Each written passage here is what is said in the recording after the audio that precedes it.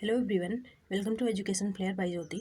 जैसा कि आप सभी को पता है कि मैं ऑल स्टेट टेट के लिए या फिर सी टेट हो, यूपी टेट हो, इसके लिए सीडीपी वाला पोर्शन करवा रही हूँ और साइंस वाला भी चल रहा है। आज के इस वीडियो में मैं आप सभी को सीडीपी का चैप्टर नंबर 1 का जो डायमेंशंस ऑफ डेवलपमेंट है, मतलब बाल विकास के आयाम है, जिससे हर साल क्वेश्चन कोई किसी भी स्टेट का टेट हो पूछा ही जाता है, ये करवाऊंगी। इसमें मैं इससे पहले कल वाली वीडियो में मैं सामाजिक विकास, मानसिक विकास, शारीरिक विकास ये सब करवा चुकी हूँ, किन अवस्थाओं में कैसे होता है ये। आज के वीडियो में मैं आप सभी को भाषा का विकास, लैंग्वेज डेवलपमेंट से स्टार्ट करूँगी। अगर आप किसी भी स्टेट के टेट की तैयारी कर रहे होंगे तो ये हेल्पफुल होगा, क्योंकि लगभग सीडीपी का जो सिलेबस होता है वो सारे स्टेट का एक समान होता है। चलिए इसमें देखते हैं भाषा का विकास, लैंग्वेज डेवलपमेंट। इससे पहले मैं आपको बता दूँ, कल मैं जो पढ़ाई थी शॉर्टकट में मानसिक विकास बताई थी, और ये जो होता है शारीरिक विकास बताई थी, सामाजिक विकास बता चुकी हूँ आज ने, और बताई थी संवेगात्मक विकास। संवेगात्मक विकास भी बता चुकी हूँ। रुकिए कलर चेंज कर लूँ मैं। और देखिए संवेगात्मक विकास, जिसमें से संवेगात्मक विकास जो है इंपॉर्टेंट है, और जो भी साइंटिस्ट वगैरह थॉट्स दिए थे वो भी मैं बताई हूँ, क्योंकि हो सकता है कि आप यूपी टेट की तैयारी कर रहे हो तो उसमें जो थॉट होते हैं वो उससे क्वेश्चन बनता है, और सी टेट में डिटेल में बनता है, और यूपी टेट और स्टेट टेट की अगर आप तैयारी कर रहे होंगे तो उसी डिटेल में से शॉर्ट क्वेश्चन बनता है, इसलिए सबका सिलेबस लगभग इक्वल होता है। संवेगात्मक विकास बताई थी, इमोशनल डेवलपमेंट बताई थी, जिसमें मैं कुछ बता देती हूँ ताकि कल से जुड़ जाए आपका। संवेगात्मक विकास में मैं ये बताई थी जो इन्फेंसी वाला स्टेज होता है और जो ये एडोलेसेंस वाला होता है, इसमें सिमिलरिटीज़ होती है। इमोशनल डेवलपमेंट में इसमें सिमिलरिटीज़ पाई जाती हैं। इसमें भी ये अस्थाई ही होता है और इसमें भी अस्थाई होता है, मतलब इसमें ये जो इन्फेंसी स्टेज का बच्चा होगा इसका जो संवेग होगा वो अस्थाई होता है, और एडोलेसेंस का जो होता है उसका भी अस्थाई होता है। इसमें भी उथल पुथल मची रहती है, और इसमें भी ज़्यादा इमोशनल हो जाते हैं बच्चे, और इसमें भी यही होता है। तो जो किशोरावस्था इन्फेंसी वाले स्टेज है, इसमें संवेगात्मक विकास में सिमिलरिटीज़ पाई जाती हैं। ये क्वेश्चन बनता भी है कि बाल्यावस्था के किशोरावस्था और शैशवावस्था में जो संवेग होते हैं वो एक समान होते हैं। चलिए अब देखते हैं भाषा का विकास, लैंग्वेज डेवलपमेंट। भाषा, आपको पता ही होगा कि भाषा क्या है, एक माध्यम है। जैसे मैं अपनी बातों को आपके सामने रख रही हूँ तो किसकी वजह से रख रही हूँ ना, आप मतलब कुछ भी ना, मैं आप मेरा फेस देख रहे हैं, बस किसके माध्यम से आप मुझसे जुड़े हुए फील कर रहे हैं, वो लैंग्वेज ही है। तो ये क्या है, लैंग्वेज। लैंग्वेज एक माध्यम हुआ मेरे और आपके बीच में, ये लैंग्वेज क्या हुआ, माध्यम हुआ। तो एज ए एग्जाम्पल मैं बताई हूँ, तो इसीलिए क्या है, ये भाषा क्या होता है, ये एक मीडियम होता है, माध्यम होता है, जिसके द्वारा कोई भी व्यक्ति अपने विचारों का आदान प्रदान करता है। कोई भी व्यक्ति होगा, वो उसके जो विचार होंगे उनका आदान प्रदान, जैसे मैं अपने विचार का आदान प्रदान आपसे कर रही हूँ, तो यही होता है भाषा के माध्यम से कर रही हूँ। और देखिए ये इसमें जो क्वेश्चन पूछा जाता है कि भाषा और विचार में कैसा संबंध होता है, भाषा और विचार में कैसा संबंध होता है, तो एक ऑप्शन दे देगा कि घनिष्ठ होता है, घनिष्ठ संबंध होता है। एक ऑप्शन दे देगा ये दोनों स्वतंत्र है, कोई संबंध नहीं होता। फिर इसमें से जो आपको सही आंसर लगाना है वो लगाना है घनिष्ठ संबंध होता है, मतलब इंटरेक्शन वाला रिलेशन इसमें होता है, घनिष्ठ संबंध होता है, इंटरेक्शन वाला रिलेशन होता है। आपको ये तो पता ही होगा कि मनुष्य क्या है, एक सामाजिक प्राणी है, क्योंकि वो समाज में रहता है इसलिए सामाजिक प्राणी है। उस नाते उसे निरंतर अपने विचारों को दूसरे के सामने व्यक्त करने के लिए भाषा की आवश्यकता होती है। ऑब्वियस सी बात है, आप अपने आप को ही एज एग्जाम्पल लीजिए। आप अपने घर में क्या सुबह से शाम तक बोलते नहीं रहते हैं, कभी कभी चुप रहते हैं, लेकिन फिर इंटरेक्शन आपका जो है आपकी फैमिली से, मम्मी से, पापा से, सबसे होती रहती है। तो वो किसके द्वारा, क्या है वो, वही तो है, विचारों का आदान प्रदान किससे हो रहा है, भाषा से हो रहा है। तो निरंतर क्या होता है, विचारों को दूसरे के सामने व्यक्त करने के लिए किसकी आवश्यकता पड़ रही है, भाषा की आवश्यकता पड़ रही है। यही होता है, ये देखिए इंपॉर्टेंट है। भाषा और विचार का संबंध कैसा होता है, घनिष्ठ संबंध होता है, अगर आप किसी भी स्टेट के टेट की तैयारी कर रहे होंगे तो। फिर है एक इंपॉर्टेंट ये भी है, शैशवावस्था में बालक की वाक्य रचना कितनी होती है, केवल एक शब्द की होती है। पूछा जा सकता है कि शैशवावस्था में बालक बोल पाता है, एक तो बोल दिया जाएगा एक शब्द के वाक्य को, दो शब्द के वाक्य को, ढेर सारे शब्दों के वाक्य को, तो उसमें क्या आंसर होगा, एक शब्द के, वन वर्ड के मतलब वाक्य को, एक शब्द को क्या ही उसे वाक्य बोलेंगे, लेकिन उसका जो वाक्य होता है वो एक शब्द का ही होता है। वाक्य की जो रचना करता है एक ही शब्द का होता है। जैसे मान लीजिए उसे प्यास लगी तो वो पानी बोल दिया, ऐसे एक शब्द बोलेगा बस। फिर देखते हैं बाल्यावस्था में भाषा का विकास, जो ये शैशवावस्था में हो गया, उसका जो शैशवावस्था में भाषा का विकास होता है बहुत कम हुआ रहता है। ये नहीं बोलेगा कि मुझे पानी दे दो, ये नहीं बोलेगा, वो बस बोलेगा पानी। फिर बाल्यावस्था में भाषा विकास पर घर विद्यालय, जो घर होता है विद्यालय होता है समूह के साथ ही, क्योंकि वो अब घर से अपने बाहर निकलने लगा, विद्यालय जाने लगा, अपने ग्रुप बनाने लगा। ये चीज़ भी इम्पॉर्टेंट है। बच्चे जो समूह कब बनाना स्टार्ट करते हैं, बच्चे समूह बाल्यावस्था में बनाना स्टार्ट करते हैं। तो अब क्या हो रहा है, वो घर जा रहा है, घर से अपने बाहर निकल रहा है, विद्यालय में जा रहा है, समूह में जा रहा है, और परिवार की सामाजिक जो आर्थिक स्थिति होती है उसका भी प्रभाव पड़ता है।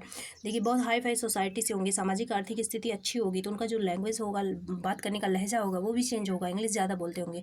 तो ये सब अगर घर में इंग्लिश ज़्यादा बोलते होंगे, जो गार्जियन हैं उनके अच्छे सोसाइटी में रहता होगा तो उसके बातचीत करने का जो तरीका होगा उसी हिसाब से होगा। वहीं अगर वो गांव में रह रहे होंगे, गरीब परिवार से बिलोंग करते होंगे, तो उनके बात करने का तरीका जो है अलग होगा। तो क्या हो रहा है, ये इसका जो इनके फाइनेंशियल स्टेज है, जो इनके सोशल स्टेज है, उसका इफेक्ट किस पे पड़ रहा है, लैंग्वेज पर। किसके लैंग्वेज पर, चाइल्ड के लैंग्वेज पर। ये ऐसे इस पे इफेक्ट पड़ता है। फिर देखते हैं किशोरावस्था में बालक का जो शब्द भंडार है वो बिल्कुल विस्तृत हो, ब्रॉड हो चुका होता है। उसे देखिए जब बच्चे बड़े हो जाते हैं 12 साल के बाद, तो कोई ऐसा शब्द नहीं होता जिसको बोलने के लिए उन्हें सोचना पड़े। उन्हें हर एक जो उनके मतलब लाइफ में घटनाएं घटित होती, जो भी मोमेंट चल रहे होते हैं, वो सबके लिए फटाफट बोलते जाते मतलब उनके क्या होते हैं, उनके जो शब्द भंडार होते हैं वो ब्रॉड हो जाते हैं। और भाषा में क्या आ जाती है, प्रौढ़ता आ जाती है। प्रौढ़ता मतलब होता है मेच्योरिटी। जो भाषा होती है उसमें मेच्योरिटी भी आ जाती है, ये याद रखिएगा, दोनों क्वेश्चन बन सकता है। फिर है भाषा विकास के चरण, ये बहुत इंपॉर्टेंट है।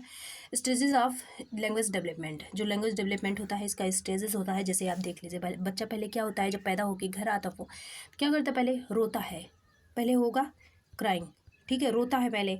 फिर इसके बाद क्या होता है, फिर वो देखते हैं आप थोड़ा थोड़ा अपने आप में ही बोलने लगता है, जैसे हल्का हल्का एक एक अक्षर, जैसे का ऐसे बोल रहा है, बा बोल रहा है, ऐसे बोलने लगता है थोड़ा थोड़ा, जैसे बैबलिंग बोलते हैं। तो ये क्या हो जाएगा, बलबलाना। चलिए देखते हैं पहले क्या होता है। पहला स्टेज होता है बोलने की तैयारी, प्रिपरेशन ऑफ स्पीच, ये बोलने की तैयारी हो गई। इसमें स्टार्ट कहाँ से होता है, क्राइंग, पहला स्टेज होता है क्राइंग।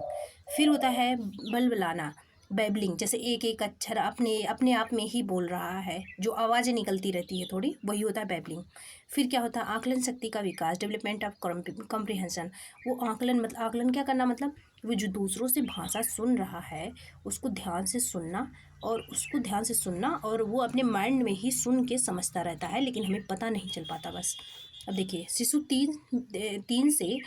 शिशु में 3-4 माह की आयु से आकलन शक्ति का विकास प्रारंभ हो जाता है। जब भी वो 3 to 4 मंथ का होता है तो वो उसके घर में जो बोला जाता है ना उसको वो ध्यान से सुनता है, अपने कान से ध्यान से सुनेगा, और अंदर ही अंदर वो आकलन मतलब वही ध्यान लगा कि सुनना ही वो आकलन है। फिर क्या होता है, फिर वो शब्दों का प्रयोग करने लगता है। फिर क्या होता है, पहले रोने से स्टार्ट हुआ, फिर बैबलिंग हुआ, फिर वो आकलन शक्ति हुआ थर्ड नंबर पे, फिर हुआ शब्दों का प्रयोग। फिर क्या करता है, वो शब्दों का प्रयोग करने लगता है। फिर एक एक शब्द मिलके क्या बनते हैं, सेंटेंस बन जाएगा, फिर वाक्य बन जाएगा। फिर क्या होगा, फिर वो शुद्ध उच्चारण करेगा, करेक्ट प्रोनाउंसिएशन करेगा, ठीक है, ये शुद्ध उच्चारण फिर होगा। लास्ट में क्या होता है, शुद्ध उच्चारण। तो ये पूछा जा सकता है कि लैंग्वेज के डेवलपमेंट के क्रम में शुद्ध उच्चारण कब आता है, तो इसमें दिया गया प्रथम स्टेज, सेकंड स्टेज, तो लास्ट स्टेज। तो ऑप्शन क्या, ये सही क्या होगा, शुद्ध उच्चारण लास्ट स्टेज में आता है, जब डेवलपमेंट पूरी तरीके से हो चुका होता है। एक ये क्वेश्चन बनता है, रंगों का ज्ञान बालक में होने लगता है, तो वो 3 to 4 ईयर के एज में जब बच्चा होता है तो रंगों का ज्ञान उसे होने लगता है, वो रंगों का नाम भी अपने मुंह से ले पाता है। देखिए 4 वर्ष की आयु तक बालक 3 प्राथमिक रंगों, ज़्यादा रंगों का ज्ञान नहीं होता, बस वो 2 से 3 प्राथमिक रंग जो मेन है उन्हीं का ज्ञान होता है, लाल, पीला और नीला, रेड, येलो और ब्लू। इनका क्या करता है, इनका उच्चारण भी करने लगता है और इसका उसे ज्ञान भी होने लगता है। तो याद रखिएगा 3 से 4 वर्ष की आयु में 3 रंगों का, 3 प्राथमिक रंगों का, लाल मतलब कि रेड हो गया, येलो हो गया एंड ब्लू हो गया, ये 3 रंगों का ज्ञान उसे हो जाता है। फिर देखते हैं, अगर अब बच्चा बहुत छोटा है, 3 साल से छोटा है, तो आप बोलेंगे ना रेड कलर वाला बॉल लाओ, तो ये वो नहीं समझ पाएगा, उसे ज्ञान नहीं हुआ रहता है। तो 3 से 4 वर्ष की आयु में उसे ज्ञान हो चुका रहता है। हो सकता है कुछ एक्स्ट्रा ऑर्डिनरी बच्चे हों तो उन्हें 2 से ढाई साल में ही हो जाए, लेकिन जनरली लिया वही जाता है जो जनरल मतलब एवरेज वाला हो, एक्स्ट्रा ऑर्डिनरी वाला नहीं लिया जाएगा, एवरेज वाला हो, सब बच्चों को मिला के लिया जाता है। फिर चलते हैं संज्ञानात्मक विकास, कॉग्निटिव डेवलपमेंट। अब एक क्वेश्चन बहुत ज़्यादा बनता है, जो संज्ञानात्मक विकास वो दिया किसने है, वो दिया है अगर स्टेटेड होगा तो कोहलर ने, और सीटेट में ऐसा नहीं बनता। सीटेट में इससे लेकिन हर बार क्वेश्चन बनता है, लेकिन डिटेल में अलग पूछा जाएगा। और ये जो मतलब शॉर्टकट वाला 1 वर्ड वाला होता है, ये स्टेटेट में पूछा जाता है। कोहलर ने दिया है संज्ञानात्मक विकास। संज्ञानात्मक विकास का सिद्धांत किसने दिया है? कोहलर ने दिया है। और संज्ञान का संबंध किससे होता है? मेंटल डेवलपमेंट से होता है, मतलब मानसिक विकास से होता है, जिसे हम इंटेलिजेंस से भी रिलेट कर सकते हैं, बुद्धि से। चलिए देखते हैं। संज्ञानात्मक विकास का पहला संबंध उन तरीकों से होता है जिसे बालक की आंतरिक मानसिक शक्तियों को अर्जित विकसित और अवसर के अनुसार प्रयुक्त करते हैं। जो कॉग्निटिव डेवलपमेंट है, इसका संबंध आंतरिक होता है। मतलब जो इंटेलिजेंस वाली चीज़ें वो आंतरिक ही तो होती हैं, आंतरिक है। और मानसिक है, मानसिक मतलब मेंटल डेवलपमेंट शक्तियों को क्या करता है? वो अर्जित करता है, विकसित करता है, और इनको यूज़ करने का, इनका प्रयोग करने का मतलब तरीका उसे आ जाता है। वही है ये कॉग्निटिव डेवलपमेंट। जब वो जो इंटेलिजेंस है, जो बुद्धियाँ, जो तरीके, उनको क्या कर सके? अर्जित कर सके, विकसित कर सके, और अवसर के अनुसार उसे प्रयुक्त कर सके, तो वो क्या होता है? वो संज्ञानात्मक विकास होता है। एज एग्जाम्पल आप देखिए, अगर मान लीजिए आपको ना समझ में आया हो, कोई मान लीजिए बच्चा है, छोटा सा पहले बेबी है, तो अगर आप उसके सामने कोई यहाँ यहाँ ग्लास रखा हुआ है, उसे प्यास लगी, तो उसे नहीं समझ में आएगा कि वो उस ग्लास को ऊंचाई पे है, मान लीजिए उसे नहीं समझ में आया, बहुत छोटा होगा तो उसे नहीं समझ में आएगा कि उस ग्लास को वो कैसे पकड़े। तो वो क्या हो रहा है? उसका मतलब कॉग्निटिव डेवलपमेंट उसका हुआ नहीं है, अभी संज्ञानात्मक विकास नहीं हुआ है। वही जैसे ही मान लीजिए ये 1 ईयर का था, वहीं जैसे ही यही बच्चा कितने 3 साल का हुआ, तुरंत उसे पता रहेगा कि अगर आसपास उसके टेबल रख दिया जाए, अगर उसके आसपास टेबल रख दिया जाए, तो तुरंत उसे पता रहेगा कि मैं टेबल यहाँ रखूँ और यहाँ इस पे मैं चढ़ के इस ग्लास को ले लूँ। ये जब पता होने लगेगा, मतलब वो क्या कर रहा है? उसके सामने जो ये प्रॉब्लम था कि वो गिलास नहीं पा रहा था, तो अब उसे वो प्रॉब्लम को क्या करने लगा? सॉल्व करने लगा। कैसे सॉल्व करने लगा? क्योंकि उसे क्या आ गया? उसे बुद्धि आ गई। बुद्धि आ गई उसका जो वो यही बुद्धि आना क्या हो जाएगा? इसका कॉग्निटिव डेवलपमेंट का विकास, इसका कॉग्निटिव डेवलपमेंट हुआ, मतलब संज्ञानात्मक विकास हुआ।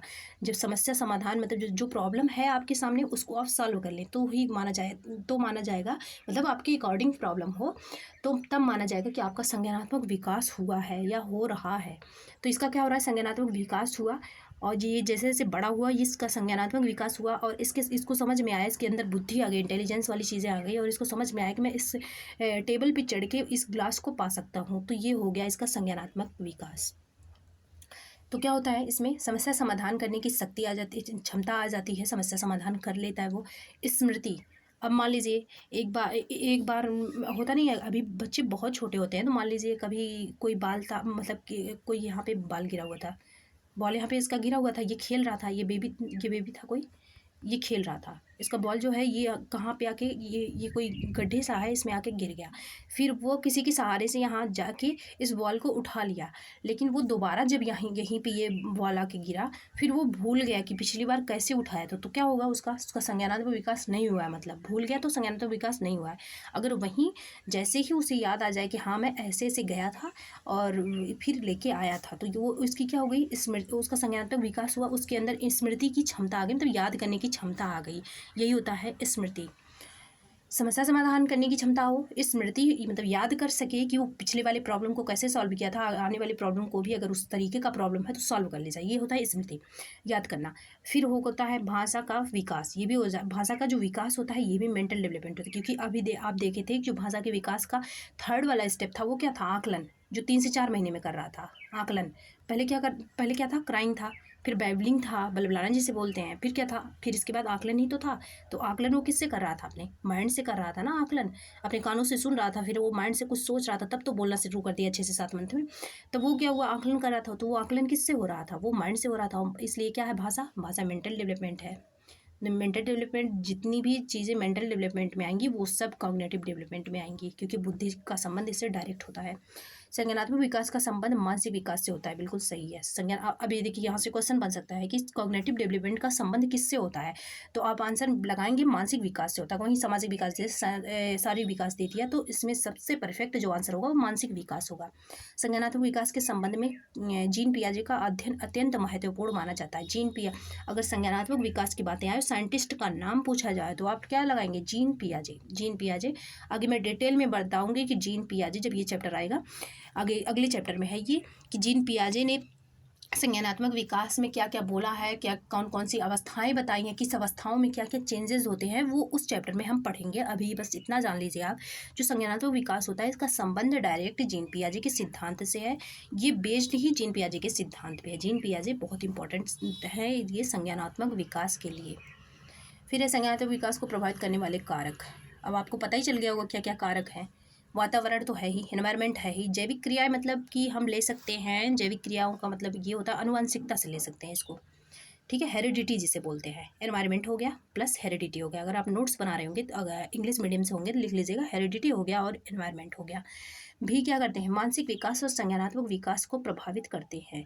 कहीं भी शारीरिक विकास, सामाजिक विकास, कोई भी विकास दे दे और बोले कि इसको प्रभावित करता है, तो आपको क्या लिखना है, एनवायरनमेंट प्लस हेरिडिटी।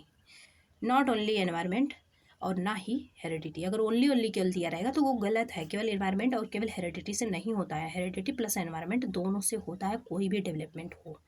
इस बात को याद कर लीजिएगा आप। अनुभव और अधिगम, एक्सपीरियंस जो होता है और लर्निंग होता है, संज्ञानात्मक विकास में सहायक होते हैं। बिल्कुल अभी मैं बताई ना कि वो पिछले अनुभव से नए, जैसे पिछली बार जो प्रॉब्लम सॉल्व किया था जिस मेथड से, उससे अनुभव एक्सपीरियंस लिया वो, और आने वाले प्रॉब्लम को भी उसी बेस्ड पे सॉल्व कर लिया। ये अनुभव होता है। अनुभव का संबंध किससे हो गया, कॉग्निटिव से हो गया। वहीं लर्निंग, मान लीजिए लर्निंग ऐसे होता है, मान लीजिए किसी बच्चे कोई आप क्वेश्चन ले लीजिए, ये बच्चा है, ये देख रहा है कि इसके बगल वाला जो स्टूडेंट है वो कोई क्वेश्चन, मान लीजिए ऐसे मल्टीप्लाई करना है, 2 में 3 से ऐसे मल्टीप्लाई करना, वो देख रहा है कि इसको ऐसे मल्टीप्लाई करके ये 3 का टेबल पढ़ के ये कर ले रहा है ऐसे। फिर ये भी अपना जो है क्या किया, 2 × 3 किया और 3 का टेबल पढ़ा और 2 बार और कर लिया। तो ये क्या होता है, इससे ये क्या कर लिया, लर्न कर लिया। तो कॉग्निटिव डेवलपमेंट में लर्निंग भी रिलेट करता है। चलिए देखते हैं अब अलग अलग अवस्थाओं में कौन कौन से विकास होते हैं। शैशवावस्था में संज्ञानात्मक विकास, जब आप डिटेल में पढ़े रहेंगे ना, तो अगर स्टेट टेट होता, डिटेल में पढ़े रहेंगे, देखिए डिटेल में पढ़ना क्या हो गया, सी टेट हो गया। प्लस क्या जो फैक्चुअल वाले क्वेश्चन बनते हैं वो डिटेल से ही तो निकल के आते हैं कि वो कहीं दूसरी जगह से, डिटेल में पढ़े रहेंगे तो उससे फैक्चुअल क्वेश्चन लगाना यूँ एकदम चुटकियों का काम रहेगा। तो डिटेल में पढ़िए और उससे जो फैक्चुअल वाले क्वेश्चन स्टेट टेट वाले बनते हैं वो ऑटोमेटिक तैयार हो जाएंगे।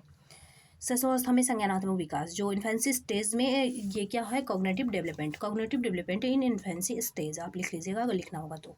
संज्ञानात्मक विकास किसके माध्यम से होता है, शैशवावस्था में अगर संज्ञानात्मक विकास की बात की जाए तो ये ज्ञानेंद्रियों के माध्यम से, सेंसेस के माध्यम से होता है। और देखिए ज्ञानेंद्रियों के माध्यम से होता है, इसको आप नोट कर लीजिएगा क्योंकि पूछा जा सकता है कि शैशवावस्था में संज्ञानात्मक विकास का माध्यम होता है तो वहाँ पे क्या होगा, ज्ञानेंद्रियाँ होती हैं। ये इंपॉर्टेंट है, याद कर लीजिएगा। शिशु अपने आसपास के वातावरण में जिन वस्तुओं को देखता है, जिन व्यक्तियों के संपर्क में आता है, वह उन्हें जानने का प्रयास करता है। बिल्कुल, जब आप देखे होंगे अपने घर पे ही बच्चों को, वो नई नई चीज़ें देखता है तो उसके मन में तमाम क्वेश्चन उठते हैं और उनके बारे में वो क्या करता है, जानना चाहता है। जैसे शैशवावस्था में बच्चा बहुत छोटा है तो कोई हॉट चीज़ें है यहाँ पे, तो वो टच करके क्या करेगा, वो टच करेगा तब वो जानेगा कि ये चीज़ क्या है, गर्म है। तो उसका विकास कैसे हो रहा है, ये ज्ञानेंद्रियों के माध्यम से ही हो रहा है क्योंकि वो टच कर रहा है स्किन, और आपको पता ही होगा कि टच करना स्किन के माध्यम से जो होता है वो ज्ञानेंद्रिया में ही आता है। फिर चलते हैं, 5 ज्ञानेंद्रियाँ होती हैं। शैशवावस्था में संज्ञानात्मक विकास पर प्रभाव किसका किसका पड़ता है, जो कॉग्निटिव डेवलपमेंट होता है इस पर किस किस चीज़ों का प्रभाव पड़ता है। एनवायरनमेंट और हेरिडिटी तो मैं आपको बता ही चुकी हूँ। बच्चे के पालन पोषण का, उसका जो होता नहीं है पालन पोषण, वो किस प्रकार से हो रहा, परवरिश उसका किस प्रकार से हो रहा है, इसका बहुत प्रभाव पड़ता है। जो उसके आसपास के वातावरण है, अगर देख लीजिए आप खुद ही, अगर बेकार वातावरण, गंदा वातावरण होगा, गाली गलौज वाले, मारपीट करने वाले लोग, एग्रेसिव लोग, नेचर के लोग होंगे, तो बच्चा क्या हो जाएगा, अगर उसी समाज में उसको रहना है तो वो भी क्या हो जाएगा, एग्रेसिव हो जाएगा। क्योंकि अगर वो ऐसा नहीं हुआ तो वो खुद को सर्वाइव कर ही नहीं पाएगा, वो वहाँ पे रह ही नहीं पाएगा, लोगों से वो मतलब होता नहीं, लोगों के बीच में सर्वाइव नहीं कर पाएगा खुद को, तो ऑटोमेटिक ये हो ही जाएगा धीरे धीरे अगर उसी वातावरण में वो रहता है तो आसपास के वातावरण का बहुत प्रभाव पड़ता है। सामाजिक मनोवैज्ञानिक स्थितियाँ, बिल्कुल सही है, जो सामाजिक स्थितियाँ होती है, समाज और ही आसपास के वातावरण से ही तो बनता है। सामाजिक मनोवैज्ञानिक स्थितियाँ भी इसको प्रभावित करती हैं। अगर ऐसे क्वेश्चन आए और उपयुक्त सभी दिया रहे तो सब आंसर लग जाएगा, उपयुक्त सभी। चलिए देखते हैं बाल्यावस्था में संज्ञानात्मक विकास, जो चाइल्डहुड स्टेज होता है, इसमें कॉग्निटिव डेवलपमेंट कैसे होता है, अति तीव्र होता है। याद रखिएगा, इसमें जो गति होता है संज्ञानात्मक विकास का वो बहुत ज़्यादा तीव्र होता है, इस पॉइंट को याद रखिएगा। इसमें क्या होता है, स्मरण शक्ति और कल्पना शक्ति का पर्याप्त विकास हो जाता है, ये भी याद रखिएगा। स्मृति शक्ति मतलब याद करने वाली क्षमता, और वो उसके अंदर जो कल्पना करने वाली होती है, सोचने वाली क्षमता होती है, उसका विकास हो जाता है। मानसिक क्रिया में क्रियाओं नहीं रहेगा, क्रियाओं रहेगा। क्रियाओं में परिपक्वता आ जाती है, मैच्योरिटी आ जाती है उसके मेंटल वर्क में। भाषा का कुशलतापूर्वक प्रयोग, उसका आप देखे होंगे जैसे बच्चा 3-4 साल से ऊपर जाता है, उसको भाषा का अच्छा प्रयोग कर लेता है, वो कुशलतापूर्वक प्रयोग क्या कर पाता है, कर लेता है भाषा का। और रीजनिंग, प्रॉब्लम सॉल्विंग, ये चीज़ें भी उसके अंदर आ जाती हैं। वो जैसे आप बता दिए ना कि वहाँ मत जाओ, कोई प्लेस है, बोल दिए कि वहाँ मत जाना, बोल दिया बेटा वहाँ मत जाना, तो वो क्या करेगा, वो ऐसे नहीं मान लेगा, वो पूछेगा कि क्यों, वो ऑप्शन देगा कि वाई, क्यों वहाँ नहीं जाना है, तो आपको बताना होगा कि हाँ वो क्यों नहीं जाना, नहीं तो वो उस चीज़ के प्रति उसके अंदर इतना एक्साइटमेंट होगा ना, वो जाके वहाँ देखेगा अगर आप नहीं बताएंगे तो, इसलिए आपको बताना पड़ेगा। तो उससे क्या होता है, तर्क वाली चीज़ें आ जाती हैं, प्लस वो अपनी समस्या, अपनी प्रॉब्लम को भी सॉल्व कर लेता है। बच्चों की जो ज्ञानेंद्रियाँ होती है वो क्या हो जाती हैं, परिपक्व हो जाती हैं, मतलब मेच्योर हो जाती हैं बच्चे की ज्ञानेंद्रियाँ। फिर चलते देखते हैं, ये किशोरावस्था में संज्ञानात्मक विकास, कॉग्निटिव डेवलपमेंट इन एडोलेसेंस। फिर किशोरावस्था में के दौरान किशोर एवं किशोरियों को, किशोरावस्था में बच्चे हैं ना, तो इसलिए इनको किशोर किशोरी बोला जा रहा है, का संज्ञानात्मक विकास अपनी उच्चतम सीमा, हाईएस्ट लेवल पर होता है। आपको पता ही होगा, कोई भी डेवलपमेंट हो किशोरावस्था में आके हाईएस्ट लेवल पे हो जाता है। फिर देखते हैं बुद्धि का अधिकतम विकास हो जाता है, ये भी है। फिर उच्चतर मानसिक स्थितियों का, जब बुद्धि का विकास होगा, जो मानसिक स्थिति है उनका भी तो विकास होगा। और इंटरेस्ट में विविधता, ये आप देखे होंगे कि जो बच्चों का इंटरेस्ट होता है उसमें बहुत बदलाव हो जाते हैं, बहुत अलग अलग रुचियाँ हो जाती हैं, ये होता है किशोरावस्था में। किशोरावस्था में भाषा के ज्ञान का तीव्रता हो जाता है, तभी तो बोल रहे थे कि जो भाषा होता है इनका क्या हो जाता है, भाषा जो इनका लैंग्वेज होता है वो ब्रॉड हो जाता है, तो भाषा ज्ञान की तीव्रता रहती है इसमें। नैतिक विकास, अब चलिए देखते हैं मोरल डेवलपमेंट क्या होता है, नैतिक विकास क्या होता है। जैसे किसी का रेस्पेक्ट करना, ये नैतिकता है। समाज के अनुरूप अपने आप को ढालना, ये नैतिकता है, ये होता है नैतिकता, मोरलिटी होता है। चलिए देखते हैं, बालक में नैतिकता का विकास सामाजिक अंतःक्रिया के परिणाम स्वरूप होता है। बिल्कुल, जो सोशल इंटरेक्शन होता है ना, सोशल इंटरेक्शन होता है, उसी के हिसाब से ये क्या होता है, नैतिक विकास होता है। सोशल इंटरेक्शन का मतलब ये है कि कोई बच्चा है, वो समाज में रह रहा है, इधर भी इसके लोग हैं, इधर भी लोग हैं, इधर भी लोग हैं, इधर भी लोग हैं, तो क्या करेगा, अगर वो उसे कुछ चीज़ें नहीं आ रही तो इसी से सीखेगा, इनको देखेगा तो इनकी आदतें सीख लेगा, इनको देखेगा तो इनकी आदतें सीखेगा, इनको देखेगा तो इनसे सीखेगा, इससे लोग देखेंगे, ये लोग सीखेंगे। तो ये क्या हो रहा है, इसका ये सामाजिक इंटरेक्शन हो रहा है, इससे भी, इनसे भी, इनसे भी, यही तो इंटरेक्शन है। तो यही क्या हो रहा है, सामाजिक इंटरेक्शन के द्वारा वो क्या सीख रहा है, मोरलिटी सीख रहा है। नैतिकता सामाजिक इंटरेक्शन के द्वारा होता है। बच्चे समाज के संपर्क में आने पर सामाजिक व्यवहारों का अध्ययन करते हैं, बिल्कुल सामाजिक व्यवहारों का अध्ययन करते हैं। जैसे मान लीजिए ये बच्चा है, कोई मान लीजिए समाज वाले, यहाँ पे लोग हैं, यहाँ पे लोग हैं, अब यहाँ पे कोई होता नहीं है, कोई के खतरा वाली चीज़ें थी, तो यहाँ पे ये क्या किया, ये इसको बचा लिया। कोई बच्चा यहाँ पे, कोई बेबी यहाँ पे खतरे में था, तो ये इसको क्या किया, ये इसको बचा लिया।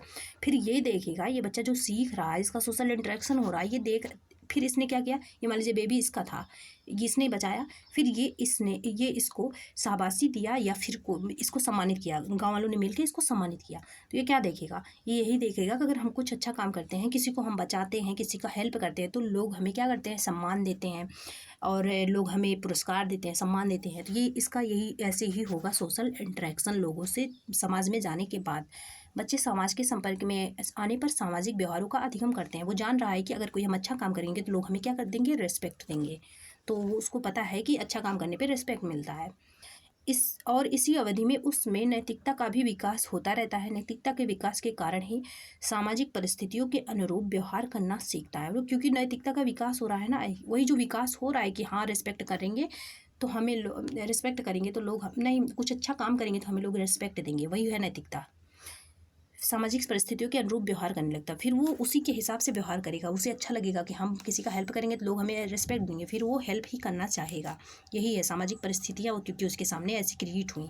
अगर वहीं दूसरी साइड आप देख लीजिए, क्योंकि हो जरूरी नहीं अच्छी ही परिस्थिति उसके सामने हो, वहीं दूसरी तरफ देख लीजिए, कोई चोरी किया, कोई मान लीजिए चोरी किया, फिर ये जो उसके आसपास के लोग हैं इसको मिलके पीट दिए, चोरी किया इसने, तो उसे पता रहेगा कि हम गलत काम करेंगे, हम चोरी करेंगे तो हमें पिटाई पड़ेगी।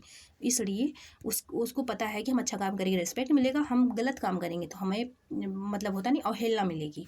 तो यही हो रहा है कि सामाजिक परिस्थिति के हिसाब से वो ढल रहा है, अपने आप को उसी के अनुरूप बना रहा है, अपने व्यवहार में अनुरूपता प्रदर्शित करते हैं। तो वो आगे आने वाले समय में वो भले वहाँ देख रहा है लेकिन वो उसके व्यवहार में उसी का प्रभाव पड़ेगा। ये होता है नैतिकता। इसको याद रखिएगा, जोन्स ने बोला है, अगर आप स्टेट टेट की तैयारी कर रहे हैं इसमें पूछा जाता है, निश्चित समय या स्थान के आदर्शों के प्रति अनुरूपता का प्रदर्शन ही नैतिकता है। मैं बोली नहीं, निश्चित समय या स्थान, वो निश्चित समय था, स्थान था, उसके आदर्शों के प्रति अनुरूपता, अगर उसी के अकॉर्डिंग वो ढल रहा, अनुरूपता मतलब ढल जाना, तो वो क्या है, नैतिकता है। नैतिक विकास की अवस्थाएं, नैतिक विकास की भी अवस्थाएं हैं, जैसे हर विकास की अवस्थाएं होती हैं वैसे नैतिक विकास की भी अवस्थाएं होती हैं। इसके अंतर्गत समाज के कुछ नियमों को सीखा जाता है। समाज ने कुछ नियम बना दिया कि नहीं, चोरी नहीं करना है, दूसरों का हेल्प करना है, पढ़ने जाना है, तो यही होता है, समाज के नियम को सीखा जाता है इसके अंतर्गत, जिससे उन्हें सही और गलत के व्यवहार के बीच में अंतर पता चलता है। कैसे मैं बताई कि चोरी किया, हेल्प किया, तो अंतर नहीं पता चला कि क्या सही है क्या गलत है, गलत किया था तभी तो लोग उसकी पिटाई किए। नैतिक विकास में सीखे गए नियम व्यक्ति के अपने व्यवहार को निर्धारित करते हैं। जो वो नैतिक विकास जो हुआ, जो वहाँ पे वो खड़े होके सीखा जब चोरी हो रही थी या फिर लोग उसको रेस्पेक्ट दे रहे थे, तो वही क्या होता है, वही उसका बिहेवियर निश्चित करेगा, वो चोरी करना चाह रहा है या फिर लोगों का हेल्प करना, अच्छा काम करके रिस्पेक्ट पाना चाह रहा है, वही निर्धारित करेगा उसको। फिर है नैतिक विकास, कहाँ चला गया, नैतिक विकास में सीखे गए नियम व्यक्ति के अपने व्यवहार को निर्धारित करते हैं। फिर है नैतिकता। नैतिक विकास की प्रक्रिया उम्र बढ़ने के साथ मजबूत होती है। बिल्कुल, जब छोटा आपको पता ही होगा, कोई भी विकास हो उम्र बढ़ने के साथ वो मजबूत ही होता है। नैतिक विकास सतत चलने वाली प्रक्रिया है। जनरली जो डेवलपमेंट होता है वो कंटिन्यूसली चलने वाला प्रोसेस ही है, लेकिन और डेवलपमेंट का ही प्रकार है नैतिक विकास, तो ये सतत चलने वाली प्रक्रिया है। नैतिकता हमेशा आती रहती है क्योंकि समाज हमेशा अलग अलग व्यवहार करता रहता है। अब चलिए देखते हैं बचपन अवस्था में नैतिकता, या इसे बोलेंगे मोरलिटी इन इन्फेंसी स्टेज। बचपन अवस्था मतलब इन्फेंसी स्टेज, जिसको हम जनरली मानते हैं 0 to 2 ईयर टिल बर्थ। ठीक है, चलिए देखते हैं। बच्चा प्रारंभ में ना तो नैतिक होता है ना ही अनैतिक हो। कभी आप देखे हैं जब बच्चा हॉस्पिटल से घर आता है तो क्या वो किसी की रेस्पेक्ट करता है, या फिर बच्चा जब तक 2 साल का नहीं हो जाता, क्या वो किसी की भावनाओं को कद्र करता है या फिर किसी का रिस्पेक्ट करता है, ऐसे कुछ करता है, नहीं करता, या फिर किसी की बेइज्जती करता है, ऐसा कुछ नहीं करता वो। तो क्या है, उसमें ना ही नैतिकता है ना ही अनैतिक है वो, ना ही नैतिक है ना ही अनैतिक है, क्योंकि उसका जब तक सोशलाइजेशन नहीं होगा, जब तक उसका वो जरूरी नहीं सोशलाइजेशन सोसाइटी में ही जाके हो, अपने घर में भी होता है, क्योंकि घर में माँ बाप भाई बहन सब लोग हैं, दादी दादा। तो क्या होता है, बच्चा पहले ना ही नैतिक होता है, ना ही नैतिक होता है, ना ही अनैतिक होता है, बल्कि वो गैर नैतिक होता है, उसमें नैतिकता नहीं होती, ना ही अनैतिक होता है, वो नॉर्मल होता है। फिर है उसमें ना ही जन्मजात अच्छाई होती है ना ही जन्मजात बुरा। जन्म से ना ही कोई बच्चा अच्छा होता है ना ही कोई बच्चा बुरा होता है, इसीलिए तो कहा जाता है कि अगर जैसी परवरिश होगी बच्चा वैसा ही निकलेगा। फिर है बाल्यावस्था में नैतिकता। बाल्यावस्था में नैतिकता की आधारशिला पड़ती है, पर जब वो इन्फेंसी स्टेज में रहता है तो उसे पता ही नहीं होता कि नैतिकता होती क्या है। जैसे ही वो इंटर करेगा चाइल्डहुड स्टेज में, फिर उसे पता रहेगा कि नैतिकता क्या होती है, वहीं उसका नींव पड़ता है, वहीं उसकी आधारशिला पड़ती है नैतिकता की, क्योंकि सोशलाइजेशन जब से स्टार्ट होगा तभी नैतिकता की नींव पड़ेगी। उत्तर बाल्यावस्था में प्रवेश करते करते ये प्राथमिक बाल्यावस्था में नैतिकता की नींव पड़ती है। इसके बाद आपको पता होगा कि 3-3 साल में बांटा गया है। ये जो 6 साल का एज होता है चाइल्डहुड वाला, इसको 3-3 साल में बांटा गया है। इसको प्रारंभिक बाल्यावस्था बोलते हैं, इसको उत्तर बाल्यावस्था बोलते हैं। तो यही है, प्रारंभिक बाल्यावस्था में जो नैतिकता होगी, मोरलिटी होगी, उसका नींव पड़ेगा, आधारशिला पड़ेगी। और जो उत्तर बाल्यावस्था उसमें प्रवेश करते करते उसमें मेच्योरिटी आ जाती है, वो यहाँ तक कि ग्रुपिंग हो जाता है, वो ग्रुप का सदस्य बन चुका होता है। और ग्रुप का सदस्य बनने का आपको अच्छे से पता होगा कि उस ग्रुप के जो भी रूल्स एंड रेगुलेशंस होंगे उसको वो फॉलो करना सीख गया था, वो किसी ग्रुप का सदस्य मेंबर बना है वो। फिर चलते हैं, देखिए आप इन्फेंसी स्टेज में जब बच्चा है, अगर किसी को थप्पड़ भी मार दिया ना, उसे अफसोस नहीं होगा, उसे नहीं पता होगा कि वो गलत काम किया है। वहीं जैसे ही वो चाइल्डहुड वाले स्टेज में एंटर करेगा, वो अगर किसी का अपमान किया, किसी से बदतमीजी से बात किया, किसी को थप्पड़ मार दिया, तो वो क्या होगा, वो अफसोस करेगा, अपनी गलतियों पर अफसोस करेगा कि हाँ मैंने गलती की है, उसे पता रहेगा कि उसने गलती की है। इस अवस्था में बच्चों में सही गलत की समझ आ जाती थी, तभी तो वो अफसोस कर रहा है। इसका देखिए रिलेट करके पढ़िए, सही गलत की समझ आ रही है तभी तो वो अफसोस कर रहा है। अगर किसी को पता ही ना रहे कि मैं गलत कर रहा हूँ तो अफसोस क्यों करेगा वो। आ चुकी होती है। बच्चे अपने समूह के नियमों एवं आदर्शों का, अब इसका इसका देखिए रिलेशन, ऐसे रिलेट एक दूसरे से ये रिलेट करके पढ़ना चाहिए। देखिए अफसोस, गलत सही का समझ आया मतलब वो अफसोस करने लगा। वहीं देखिए यहाँ पे क्या दे रहा है, इसका इसका संबंध इससे है, नियमों एवं आदर्शों को दृढ़ता से, मतलब रूल एंड रेगुलेशंस जो है वो आदर्श तरीके से वो फॉलो कर रहा है, तभी तो वो टीम का सदस्य बना है, तभी तो वो ग्रुप का मेंबर बना है। अगर रूल रेगुलेशन फॉलो नहीं करे तो उससे कोई ग्रुप में ऐड करता नहीं करता, ये होते हैं। फिर चलिए देखते हैं किशोरावस्था में नैतिकता, मोरलिटी इन एडोलेसेंस। चलिए देखते हैं किशोरावस्था में अन्य मानसिक गुण की भांति नैतिकता भी परिपक्व हो जाती है। आपको पता होगा, मैं अभी कई बार बता चुकी हूँ कि जितने भी डेवलपमेंट होते हैं वो, क्योंकि ये लास्ट स्टेज होता है ना डेवलपमेंट का, डेवलपमेंट तो पूरी लाइफ होता रहता है, ये नहीं कह रही हूँ मैं, बाल विकास का लास्ट स्टेज होता है ये। ऑलमोस्ट यहाँ तक जो होते हैं ये 18 ईयर तक, जितना भी लेते हैं 18 लेते हैं, कोई कोई साइंटिस्ट 19-20 तक ले लेते हैं, 18 ईयर तक ऑलमोस्ट ये जो होता है, मतलब कि बाल विकास जो होता है, बाल विकास, बाल जोड़िएगा, जो चाइल्ड डेवलपमेंट होता है वो इसका लास्ट स्टेज होता है। बाकी डेवलपमेंट तो पूरे जीवन चलता रहता है जब तक कि इंसान की मृत्यु नहीं हो जाती। तो ये क्या है, चाइल्ड डेवलपमेंट का ये लास्ट स्टेज है, इसलिए जितने भी डेवलपमेंट होते हैं इसका ये इसमें आके मिच्योर हो जाते हैं। नैतिकता भी क्या होगी, आके मिच्योर हो जाती है। फिर है बालक उचित व्यवहार के पीछे निहित कारण अच्छी तरह समझने लगता है। जो बालक है ना, अगर उससे बोला जा रहा है कि बेटा जो है पापा मतलब दादा दादी हैं इनके पैर छू लो, कुछ भी ऐसे कहा जा रहा है, तो वो समझता है कि इनके पैर क्यों छूना। उसे पता है कि ये हमसे बड़े हैं, इनको हमें रिस्पेक्ट देना है, इनको हमें क्या देना है, रिस्पेक्ट देना है, इसलिए हमें इनका पैर छूना है। ये होता है बालक, वो समझ जाता है कि क्यों मम्मा पापा बोल रहे हैं कि दादी दादा का पैर छू लो, क्योंकि उसे पता है कि बड़े हैं, हमें इन्हें रेस्पेक्ट देना है। तो वो कारण, मतलब जो भी वो करता है वो कारण समझ जाता है। अगर कोई बोल रहा है कि बेटा चोरी मत करना, तो वो समझता है कि हाँ चोरी करना बुरी बात है, लोग हमारी अवहेलना होगी, हमारी बुराई होगी, तो वो कारण समझ जाता है। ये होता है एडोलेसेंस वाले एज में। फिर इस अवस्था में बालक में नैतिक भाषा की बहुलता होती है, वो नैतिकता इतना सीख चुका होता है कि उसे नैतिक भाषा की बहुलता होती है। और यहाँ तक कि इनफैक्ट आप देखिए कि जब बच्चा किसी से बात करता है तो वो नैतिकता से ही बात करता है। वो नहीं चाहता कि वो किसी की अपमान करे, वो किसी को ऐसे कोई शब्द बोले कि जिससे सामने वाला क्या हो, इंसल्ट महसूस हो, इंसल्ट नहीं करना चाहता। हालांकि बच्चा जब तक बदतमीज़ ना हो, अगर उसकी जो इतने परवरिश है वही गलत तरीके से की गई है, तो वो ऑलरेडी, वो ऑब्वियस सी बात है, वो बदतमीज़ होगा तब वो इंसल्ट करेगा। लेकिन अगर अच्छे तरीके से, जो कॉमन तरीका होता है उससे उसका परवरिश किया गया है, तो उसमें जो होता है, नेचर जो होता है, वो नैतिकता ही आएगी। वो जल्दी किसी का अपमान, किसी की बदतमीज़ी और किसी से अनैतिक तरीके से बात नहीं करना चाहेगा। फिर चलिए देखते हैं, प्रत्येक किशोर बालक नैतिक ही होता है। जो प्रत्येक किशोर होता है वो जनरली नैतिक ही होता है, जब तक कि उसे कुछ अलग तरीके से परवरिश ना दिया जाए। फिर है किशोरावस्था में अनेक बालक अपराधी भी होते हैं, अपराधी भी हो जाते हैं। अच्छी परवरिश नहीं मिलेगी, अपराधी हो जाएंगे। इसीलिए जो अपराध करते हैं उनसे ज़्यादा गुस्सा उनके माँ बाप पे आती है कि वो परवरिश क्यों नहीं किए उनकी अच्छी।